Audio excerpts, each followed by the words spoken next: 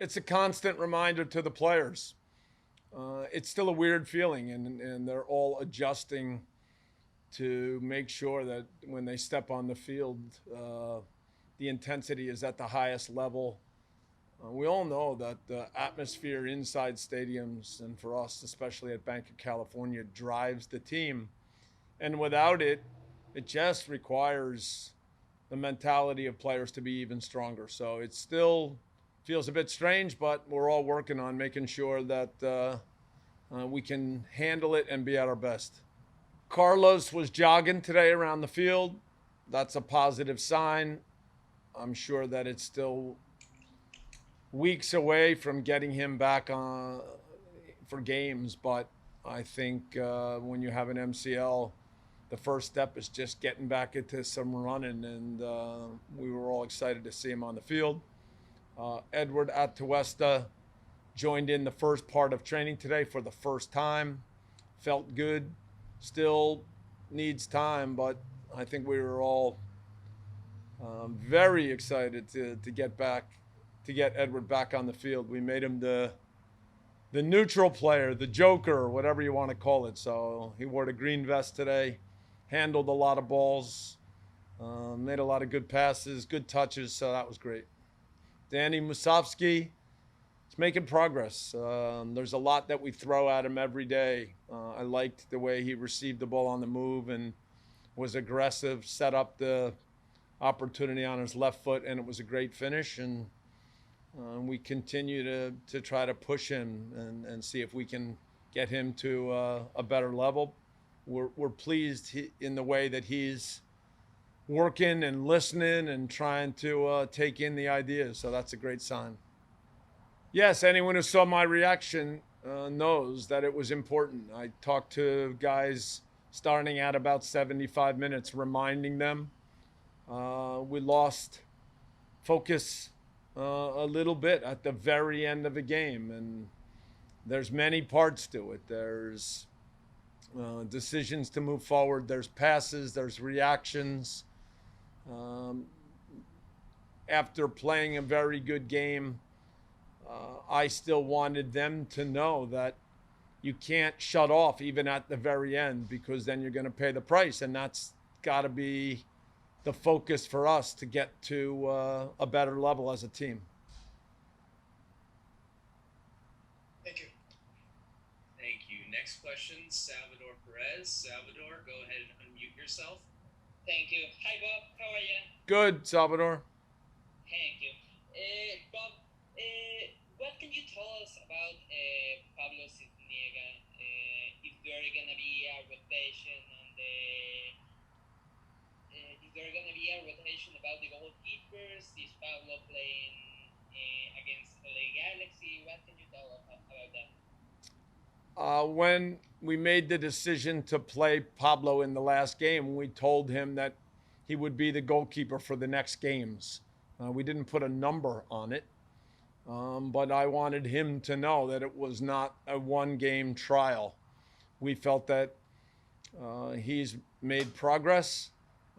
I think I mentioned in the press conference after the game that in Orlando, when we chose to go back to Kenneth, the discussion that Pablo and I had was a reminder that he's ready now, but when he gets the next opportunity, he must take it in a stronger way. He must show everybody, now it's my time. And so when we decided before the San Jose game that we needed to make the change, we wanted Pablo to know that he was getting the next games, and that we believed it was the moment for him to step up. I don't know the answer to that, John. We know that whenever we play them, it means a lot to our fans. We know it'll be a hard game, intensity, and we want to be at our best. Everyone knows the schedule this year is difficult and strange, and with so many things to be on top of, we try to focus on what we control, which is how we play and football ideas. If you spend too much time this year worrying about everything else, you get no football. So our our way of working as a group every day is to work to improve, understand what parts we can control, and go full steam ahead and not get caught up with everything else. We continue to work on details with set piece defending, set piece attacking. You can't judge it on one game. I mentioned at some point that we have always done a good job defending corners. We had lost our ideas a little bit in certain situations, and we had to refocus, and we're going to continue to do that. In terms of travel schedules, everything is just different. When you play away, you travel the day of the game. Sure, it's always easier and more comfortable for everyone when you play at home, even without fans, even with the protocols. It still feels a little bit like the regular routine of a home game. And of course, when it's at night in Banc of California, the weather, the quality of the field, the fact that the field is wet, those things all have a lot to do with the quality of the game.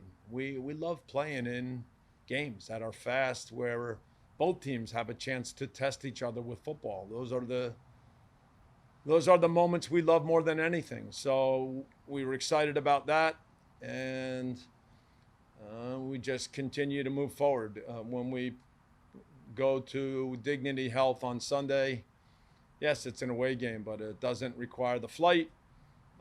Still a kickoff 7:30. I know the weather the next few days in the Los Angeles area is very warm, but by 7:30 the sun's down, and at least it'll start to cool down a little bit. And we look forward to trying to once again push our football and go after a derby match with football, with intensity, with everything we've got. We didn't do a good enough job doing that the last time we played the Galaxy, so it's got to be much better. Thank you. And our last question for Bob. Bob, we have Ian from MLS Soccer. Ian, go ahead and unmute yourself. Hi, Bob. Can you hear me? Yes, Ian. Thanks for taking the time. Obviously, you saw Christian Pavone a couple weeks ago in person, and I'm sure you'll see the tape of the last couple games. Where does he rank in your mind in terms of playmakers, either out wide in his position or just in general in this league, and how do you limit him? Christian Pavone's a very good player. I think he normally is best when he plays from the left. His ability to go forward, come inside, similar things to what we try to get Diego to do. They're not the same player by any means, but Pavone has been in good form, and certainly when you look around the league at some of the top attacking players, you'd put him in that category.